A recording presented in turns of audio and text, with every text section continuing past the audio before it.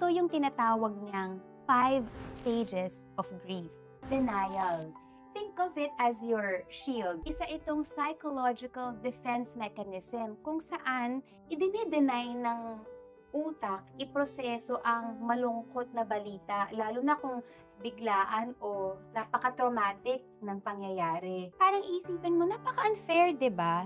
We question him, we ask him why? Why did this happen to us? Or even question, why me? Or why that person who died? Alam nyo ba na marami rin sa atin ang nakikipag-bargain sa ating mga isip as we experience grief? This stage actually stems from guilt because things could have been different if we had just chosen another more seemingly acceptable path. When we say depression in the 5 stages of grief, ito yung feelings of emptiness, knowing that in your new reality, wala na ang isang tao o bagay na naging malaking bahagi ng buhay mo.